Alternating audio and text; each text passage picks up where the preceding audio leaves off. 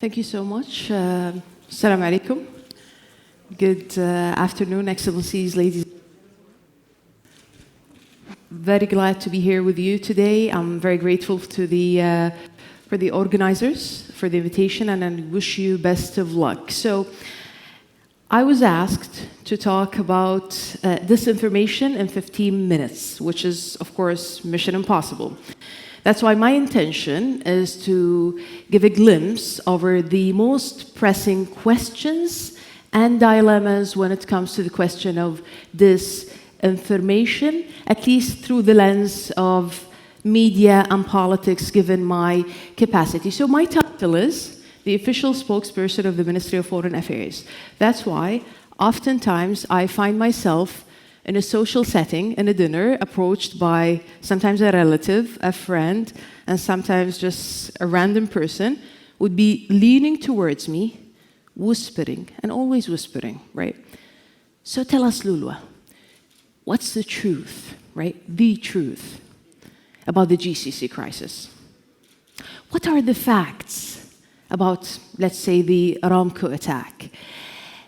And to me, this is very interesting. How is it possible, in an age of unprecedented accessibility to information, that we still ask this question? Don't we have enough access to facts and information? Or what's the deal here? Maybe it's that we don't trust the sources? Is this a problem? Is it just too much information to process? Maybe that's the problem. So this leads me to the second slide, truth decay. And as a disclaimer, this is not a term that I invented. This is actually the title of a book published by Rand Corporation. In that book, Michael Rich and Kavana concluded that there are four main drivers for truth decay. That is the blur between facts and opinions. So what they said is the following. They said cognitive biases, and this is very inherent to our very human nature, so very difficult to avoid this, isn't it? But then they talk about the rise of social media and other changes to the information environment. We'll talk a lot about social media today. And then the demands on the educational system that limits its ability to keep up with changes in the information ecosystem. And finally, political and social polarization. Now, what do we know about this, right, in this part of the world? But I think this is not an exclusive phenomenon to our region. I mean, we see it in the US, we see it in Europe, and of course, especially in the aftermath of spring, we saw that. I mean, secularists versus Islamists, and the list goes on and on. But then there is one catalyst, one factor that has determined how we as human beings interact with each other and communicate and generate knowledge and even consume knowledge. That is technology. So we moved from literary salons as a venue for negotiating our differences, identities, the public good, to print. And the print, of course, has widened the base of those who can produce knowledge and consume knowledge. But that was still limited as well to the literate population.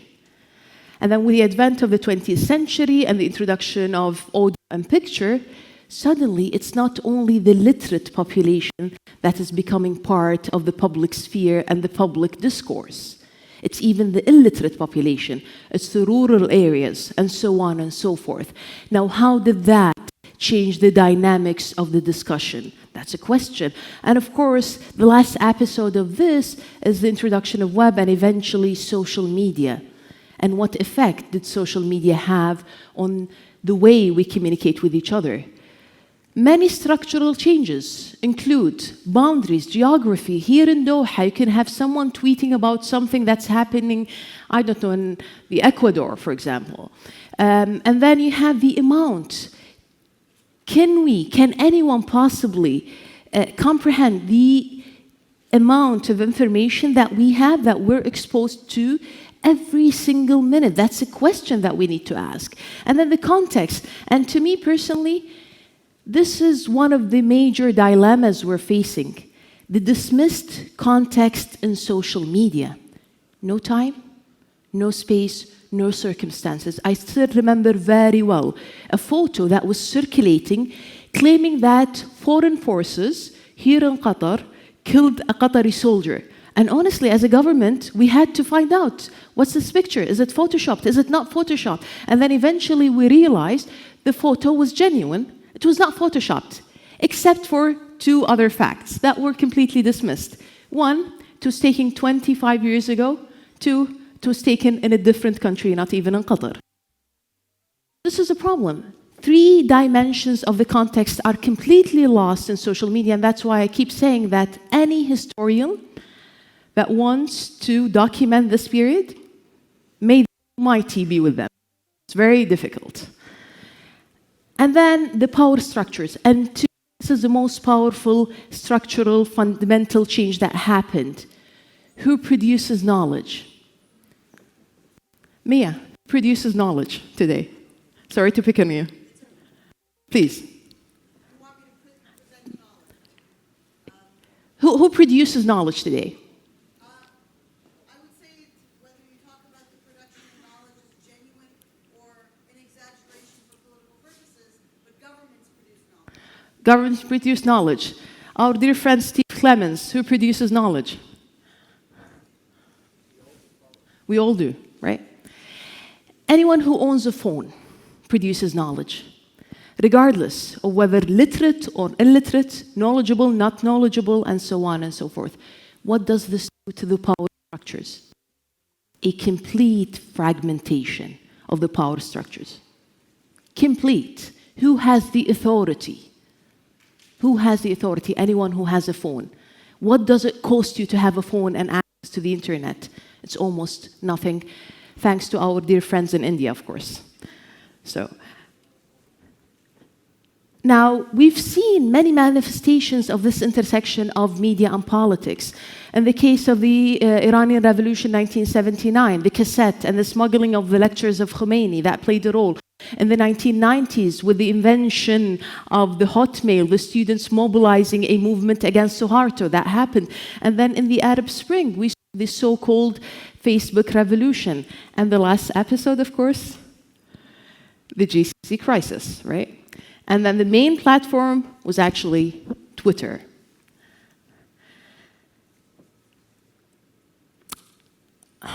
We know a lot about the GCC crisis. We've suffered from disinformation, from hacking, from many things. So the 24th of May 2017, our news agency was hacked. The Qatar news agency was hacked. Suddenly, it was after midnight, and yet all commentators, all studios, everyone was ready to comment on that. And then, of course, they failed to report that Q&A was actually hacked. And on June 5th, 2017, the blockade happened. And it was only then that we realized, in retrospect, that this hack, this information, was meant to become the pretext to justify the measures that followed after that. And of course, this is, a stat produced by Al Jazeera to show the bots that were created just before and during the crisis, and the GCC, of course. And you see, everyone's familiar with the term bots and electronic militias and so on and so forth. And the goal is not actually to create a consensus. It's not to create a consensus. It's actually to distort information, to distract attention, and to spread doubt. And then, of course, the famous case of Facebook shutting thousands of accounts. Many of them were actually in the GCC, specifically in the countries blockading Qatar. And, of course, the last question is, can authoritarianism be reintroduced in the Arab region?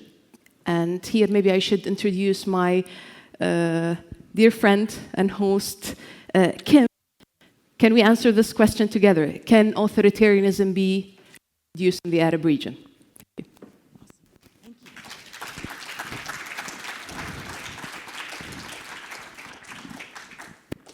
you. Do I sit here? I think you sit there. Yeah. So she said it was mission impossible, but right on time. That's great.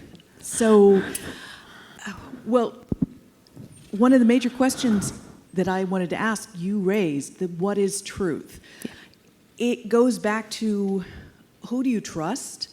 I am an analyst for CNN, and now people judge my reporting as per which network I'm on and their decisions as to where they put that network in their system of tribes. So I understand across the Middle East how people do the same thing with, oh, if you watch Al Jazeera, this means this.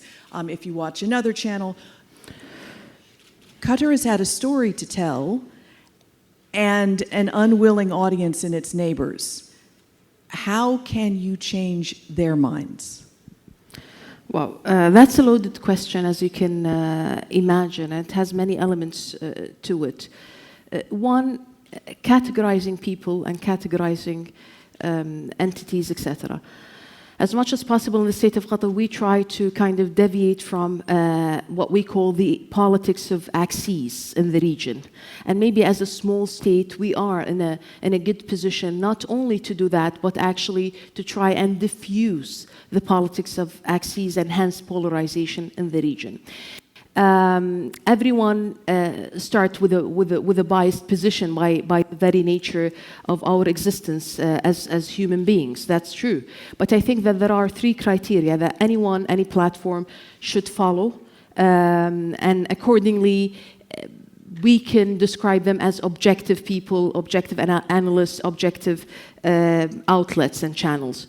One, are we verifying the facts, right? When we receive information, are we verifying this or not? That's one screen. The other screen, are we allowing multiplicity of opinions? So Kim, I mean, when you have, let's say you host someone in a panel, do you make sure that you have the right balance of people and opinions and diversity of regions, opinions, ideologies, and so on and so forth? So that's the second screen. And the third one is not to disinform, not to do it intentionally, because sometimes you would report something thinking that it is true, and this happens.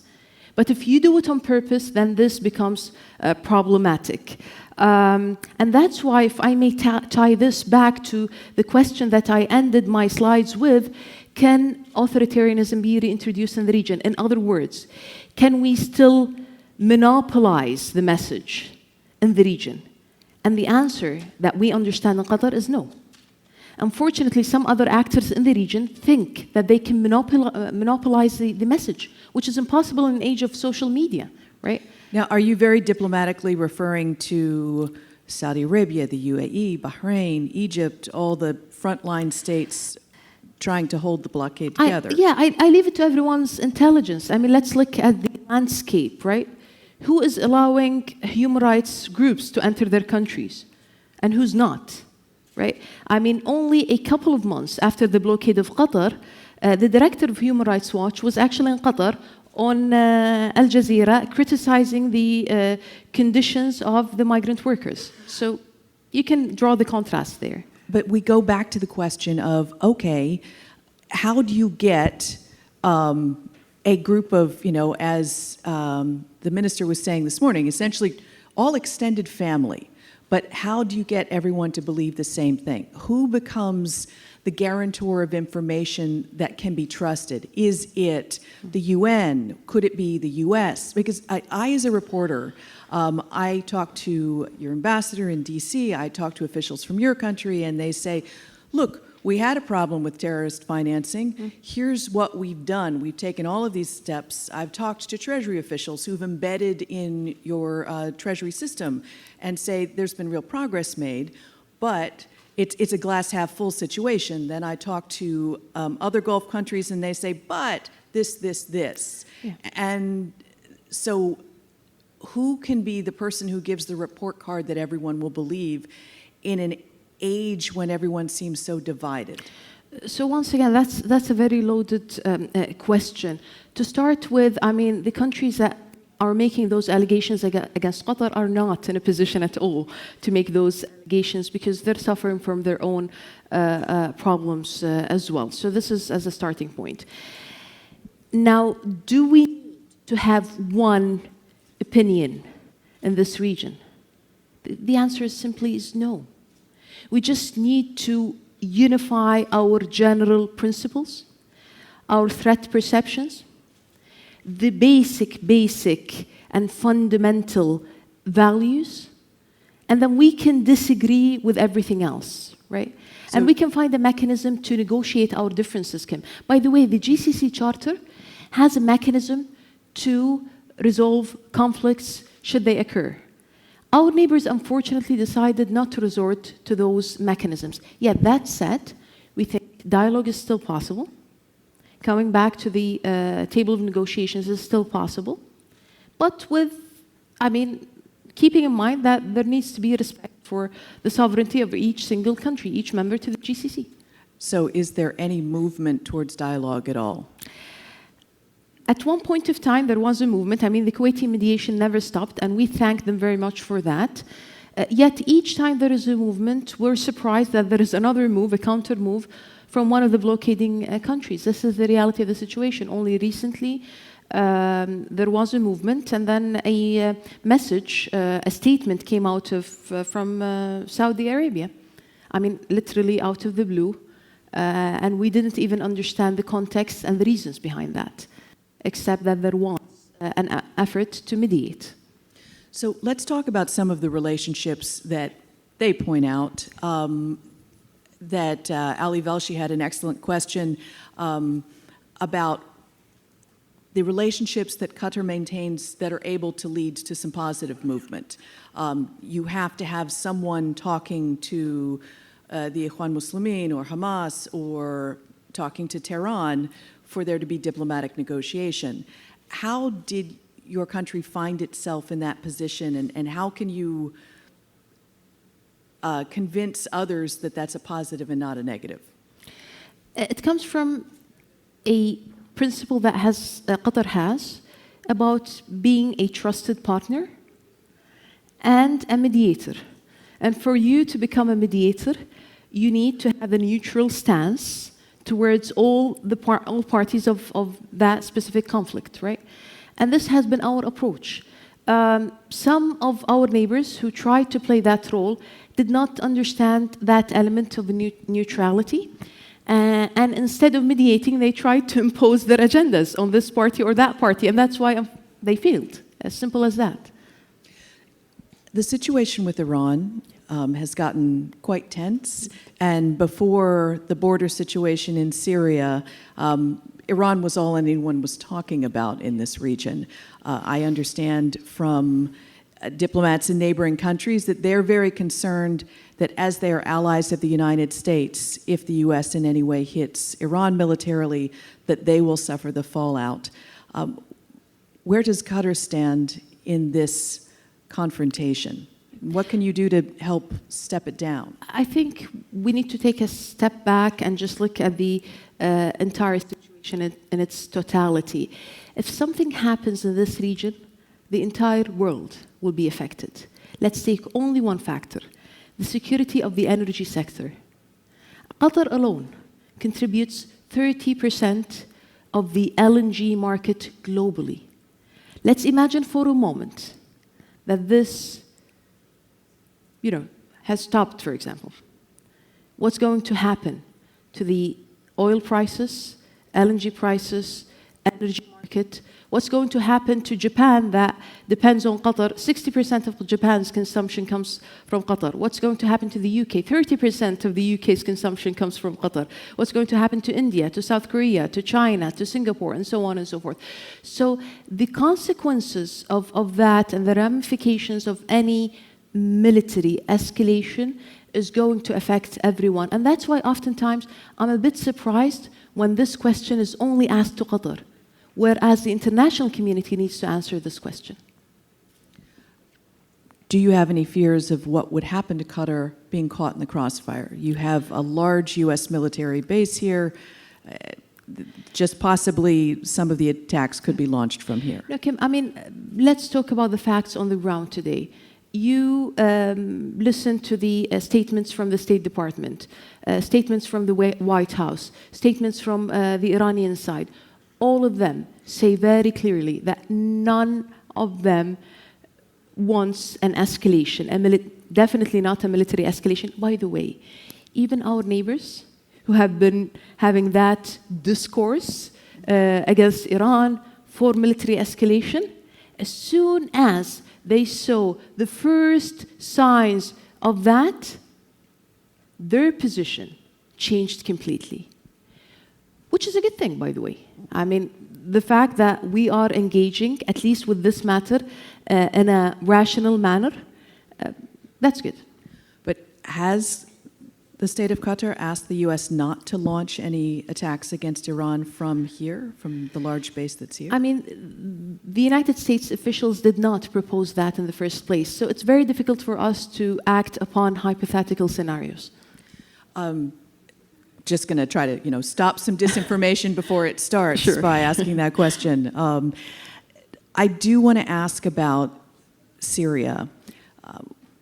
You have Turkey was here when Qatar needed it most, when the blockade was first announced.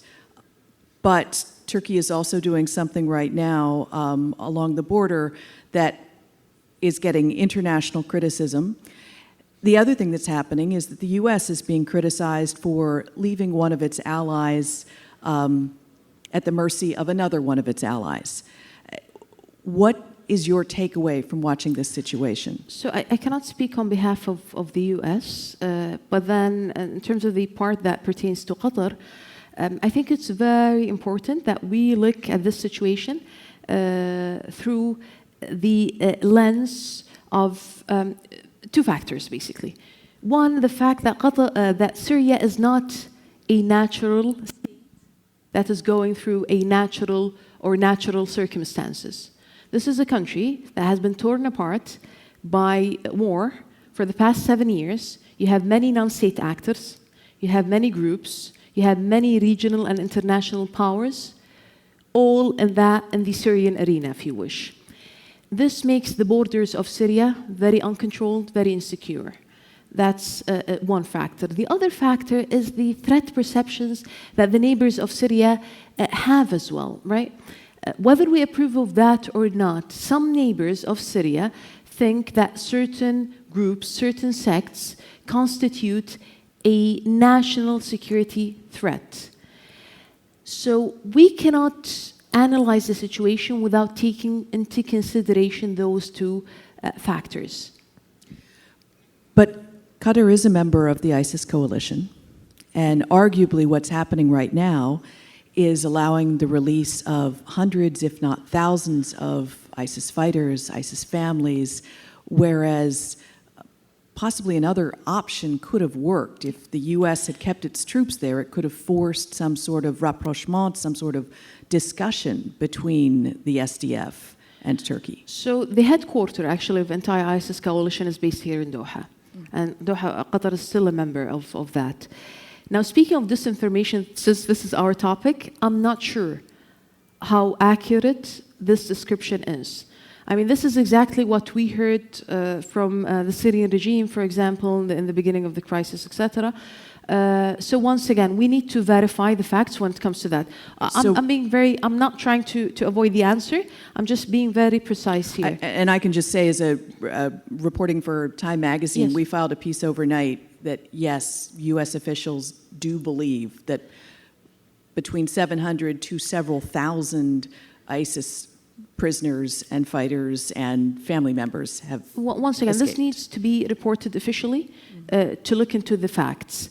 That said, let's remember that Turkey played a role in fighting ISIS. As a matter of fact, the role that Turkey played, and once again, I don't want to speak honestly on their behalf. I mean, they have their spokespeople as well. But then they played a role in uprooting ISIS from Syria. And let's remember, they're still a NATO member with the US. So they're still part of many other operations that are meant to maintain security in this region and beyond. I can see why you were named the diplomatic spokesperson, because you are very carefully not criticizing the U.S. or Turkey in this case. I'm just stating the facts here. So in the time we have left, I'd like to take the opportunity to ask a slightly off-topic question about women's rights in Qatar. There have been a lot of great strides made in the past couple of decades. You are in this very prestigious and powerful position, but you're also a graduate of Oxford University, a scholar in your own right, a policy maker before you came to this job. And yet it seems under Qatari law that there are still things where you're not equal to a man. Is that what's on the books? How is it in practice? What needs to change? So Qatar went a long way on this path of equality, gender equality. And if we are to kind of draw an indicator, the indicator is still going up, meaning more rights for women. Does this mean that we have full equality? I don't think so, because we cannot point at, very difficult to point at a single country that has this full equality for a number of reasons. Part of it might be coming from policies, right? But part of it, and we know this, Kim, as hey, I'm coming from a country that still hasn't elected a woman president, so I'm one to talk, right? But I mean, there is the glass ceiling that everyone talks about, isn't it? There are the social constructs that we have and we often struggle with. I still remember very well when Her Highness Sheikh Moza first appeared on TV. That was a shock to the society, right? But once again, sometimes the policies here in Qatar actually push the limits as well. How long ago was that? That was more than, what was it, 20 years ago? Almost 20 years ago, yes. Okay. Yeah, so, and honestly, I'll tell you, can I just speak on, like in my personal capacity? Yeah, you can speak off the record, I'll it's just us. just take off the official hat. I keep saying that at least personally, I am very grateful. I think most of my generation is very grateful for especially Her Highness Sheikh Moza, because I studied abroad. Right? I never imagined. Okay, just because I'm speaking in my personal capacity. No. So I never imagined in my life that I would end up studying abroad. And if it wasn't for all those changes in the policies that started with His Highness the Father Emir, and of course Her Highness Sheikh Moza, many of us would have not pursued education abroad or in some of the fine universities we have in Education City, be it Georgetown, be it Cornell, be it Texas A&M, and the list goes on. Well, in the 2 minutes we have left, you gave us a presentation, but we all know that people like things boiled down to under a couple of minutes. So what advice would you give people in this room, members of your own country who are watching, but also people beyond, for dissecting what is real from what is fake news? It's a very good question, and there isn't a straightforward answer to this. All I can say is we need to use our reason all the time, regardless of who is spreading the news, right? I mean, if we learned anything from the recent experiences, I think it's the fact that there isn't necessarily one trusted source of information, not because they're necessarily intentionally trying to fabricate news, but because sometimes there's so much information that it is very difficult to discern rhetoric from reality. Universities have a role to play in that. Politicians have responsibility to speak the truth to the best of their knowledge, and then likewise, journalists have a huge responsibility upon their shoulders as well to verify the facts, verify the information, not to disseminate news that they're not 100% sure about, to make it clear. I mean, oftentimes we mix up opinions and facts. To make it clear, when I'm speaking facts, I'm speaking facts. When I'm speaking opinions, I'm speaking opinions. Once again, I think I'm just giving general advice that is known to everyone, but simply because there isn't a single right or correct answer. I would say that general advice is there are so many people who need to hear it and follow it. I mean, my own personal rules that I've learned the hard way. Yeah. Don't retweet it unless you've read it. Absolutely. And if you don't want snarky, hateful messages on Facebook or anywhere in social media, don't pass it on. But other than that, you have to, there are a few news outlets I trust, and one of the things I trust about them is that when they get it wrong, they say it and they quickly issue a correction. But the other thing that I wish everyone understood is being honest about, as a government, about what you do wrong also builds trust. Do you feel you have the power to do that? No, absolutely, absolutely. This is a rule of thumb for us here in Qatar. All of us who are responsible for the communication portfolio. I mean, there are many instances, I don't have the time maybe to kind of spell them out right now, but where we corrected information, where we said that this was not right, and we updated it. And sometimes we have, at least a recent instance, we can talk about it off the record, where one of the officials actually had to come out publicly and correct something that he has said. So we don't say anything unless we're 100% sure that this is accurate. So with that, we all know that one of the ways to truly trust a government is when it can admit when it's wrong. Absolutely. Your Excellency, thank you very much, and thank you to the forum. Thank you. Thanks, appreciate it.